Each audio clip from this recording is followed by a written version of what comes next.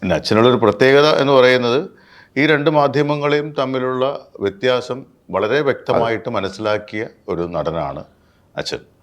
അതുകൊണ്ട് തന്നെ പുള്ളി നാടകത്തിൽ അഭിനയിക്കുമ്പോഴേയും ഈ അതിഭാവുകത്വം കാണിക്കാതെ, ഒരുപാട് എക്സാജറേറ്റ് ചെയ്ത് അഭിനയിക്കാതെ, എന്നാൽ നാടകത്തിന് വേണ്ട കാര്യങ്ങളെല്ലാം കൃത്യമായിട്ട് ചെയ്തിട്ടുണ്ട്.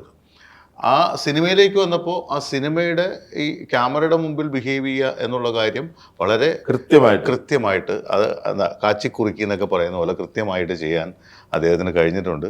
ഒരു പെരുന്തച്ഛന്റെ മെയ്വഴക്കത്തോടു കൂടി, കൈയടക്കത്തോടു കൂടി. അതെ, തന്നെയല്ല, ഒരുപാട് വായനയുള്ള ആളായിരുന്നു അച്ഛൻ. അച്ഛൻ ഒരുപാട് പുസ്തകങ്ങൾ വായിക്കുമായിരുന്നു. അതിൻ്റേതായ ഒരു സ്ക്രിപ്റ്റ് സെൻസ് കാര്യങ്ങളൊക്കെ അദ്ദേഹത്തിന് ഉണ്ടായിരുന്നു. അത് നമുക്കൊരിക്കലും അത് വിസ്മരിക്കാൻ പറ്റില്ല. കാരണം ഒരു സ്ക്രിപ്റ്റ് കിട്ടിയാൽ ആ സ്ക്രിപ്റ്റിനകത്ത് എന്തൊക്കെ അപാകതകളുണ്ടെന്ന് വളരെ കൃത്യമായിട്ട് ചൂണ്ടിക്കാണിക്കുന്ന ഒരു നടനാണ് അച്ഛൻ. അതിന് വേറൊരു വലിയ ഇത് കാര്യം കൂടെ നമുക്ക് പറയാതിരിക്കാൻ വയ്യ. അങ്ങനെ പറയുമ്പോൾ അതിനുള്ള അവിടെ കൊണ്ട് എത്തിച്ചത്, അല്ലെങ്കിൽ അതിൻ്റെ ട്രെയിനിങ് എന്ന് പറയുന്ന അതികഠിനമായ രീതിയിലുള്ള ഒരു വലിയ കലാകാരൻ്റെ കൂടെയായിരുന്നു. പറയുന്ന ആ വലിയ നാടകക്കാരൻ്റെ കൂടെയായിരുന്നു അതിൻ്റെ തുടക്കം. അതെന്ന് പറഞ്ഞാൽ വറചട്ടിയിലിട്ട് വറക്കുന്ന പോലെയുള്ള സ്വഭാവമാണ് അദ്ദേഹത്തിൻ്റെ കൂടെ പിടിച്ചു നിൽക്കുക എന്ന് പറഞ്ഞാൽ പിന്നെ അപ്പുറത്ത് വേറെ അതിജീവിച്ചവനെ, എല്ലാത്തിനെയും അതിജീവിക്കുന്നവനായിരിക്കും എന്ന് പറഞ്ഞാൽ അത്ര കണിശക്കാരനും അത്ര ഇതായിട്ടുള്ള ആളായിരുന്നു പി.ജെ. ആന്റണി എന്ന് പറയുന്നത്. അതുപോലെ കഴിവുള്ള വ്യക്തിയായിരുന്നു അന്നത്തെ കാലത്ത്. അതുപോലെ നാടകമായാലും സിനിമയായാലും ഒക്കെ അതുപോലെ കൈകാര്യം ചെയ്യുന്ന ആളല്ലായിരുന്നു പി.ജെ. അല്ല, അത്രമാത്രം ജീവിതാനുഭവങ്ങൾ പുള്ളിക്കുണ്ട്.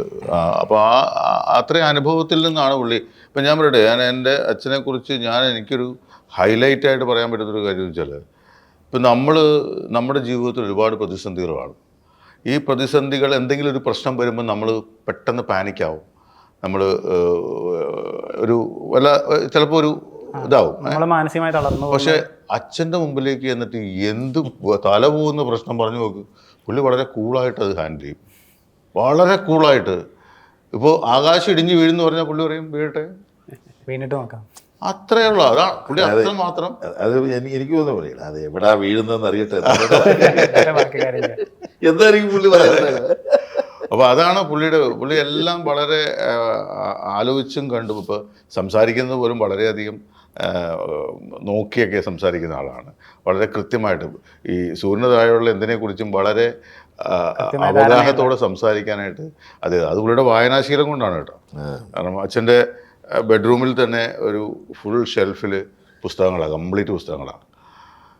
ഈവൻ നമ്മുടെയൊക്കെ ചെറുപ്പത്തിൽ അച്ഛൻ നമ്മൾ വഴക്ക് പറയുന്നത്, ആ പുസ്തകങ്ങളൊക്കെ എന്തിനാണ് വെച്ചിരിക്കുന്നത്, എടുത്ത് വായിക്കട എന്ന് പറയാറുണ്ട്.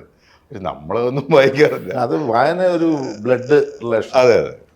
അത് അങ്ങനെയുള്ള പുസ്തകത്തിൻ്റെ നടുക്ക് വയ്ക്കുന്നത്. അങ്ങനെയാണെങ്കിൽ DC ബുക്സിലും അങ്ങനെയുള്ളതൊക്കെ ജോലി ചെയ്യുന്നവർ മുഴുവൻ വായനക്കാരെ എന്താ മാറാത്ത എന്താണ്